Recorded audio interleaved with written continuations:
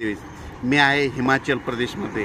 या ठिकाणाहून मी महाराष्ट्रातल्या शेतकऱ्यांसाठी अंदाज देत आहे। महाराष्ट्रातल्या सर्व शेतकऱ्याला प्रथम आनंदाची बातमी देतो की काल 22 मेला मान्सूनना अंदमान बेटावर दस्तक दिले आणि असा खूप सक्रिय झाला, त्याच्यामुळे महाराष्ट्रासाठी खूप आनंदाची बातमी आहे। म्हणजे यावर्षी लवकर पाऊस येण्यासाठी पोषक वातावरण तयार झालंय, म्हणून हा अंदाज लक्षात घ्यायचा। आज आहे 23 मे 24 आणि 25 दरम्यान महाराष्ट्रामध्ये म्हणजे सातारा, सांगली म्हणजे पश्चिम महाराष्ट्रात कोकणपट्टी भागामध्ये या 3 दिवसामध्ये पाऊस पडणार आहे, म्हणून हा अंदाज लक्षात घ्यायचा। उर्वरित राज्यात मात्र तुरळक ठिकाणी पाऊस पडणार आहे, मान्सून पूर्व पाऊस पडणार आहे, म्हणून हा अंदाज लक्षात घ्या।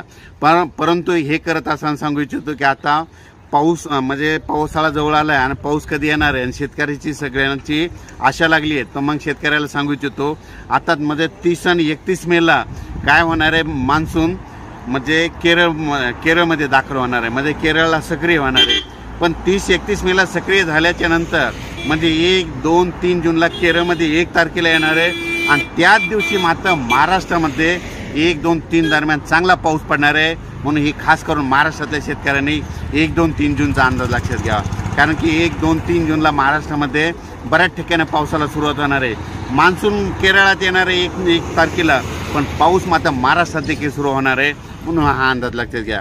सर्व शेतकऱ्याला सांगू इच्छितो की राज्यामध्ये एकंदर परिस्थिती मान्सूनची खूप चांगली प्रगती आहे, म्हणजे मान्सून चांगला आहे। यावर्षी 8 जूनला चांगला मान्सून सगळीकडं सक्रिय होईल आणि सगळ्यांच्या पेरण्या होतील। आणि परत एक शेतकऱ्याला सांगू इच्छितो, शेतकऱ्यांनो मान्सूनचा पाऊस पडल्याच्या नंतर जूनमध्ये पाऊस पडल्याच्या नंतर जमिनीमध्ये जर एकही ओल गेली तरच तुम्ही जमिनीत पेरणीचा निर्णय घ्यावा, अन्यथा पेरणीचा निर्णय घेऊ नका।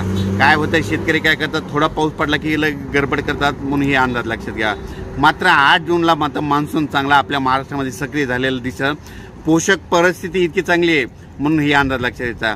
खरं तर पाऊस लवकर येणार होता, पण अचानक काय झालं, बंगालच्या खाडीमध्ये म्हणजे आज एक चक्रीवादळ तयार झालं आणि ते बांगलादेशकडे जाणार आहे, त्याच्यामुळे थोडा रेंगाळा होणार आहे। परंतु 1 तारखेला मात्र केरळमध्ये मान्सून दाखल झाल्याच्या नंतर 1, 2, 3 जूनला महाराष्ट्रात देखील पाऊस सुरू होणार आहे, म्हणून हा अंदाज लक्षात घ्यायचा। परत शेतकऱ्याला अचानक वातावरणात बदल झाला तर कोणत्या दिवशी नेमका पाऊस येणार आहे हे अंदाज दिला जाईल। थांबतो। जय हिंद, जय महाराष्ट्र।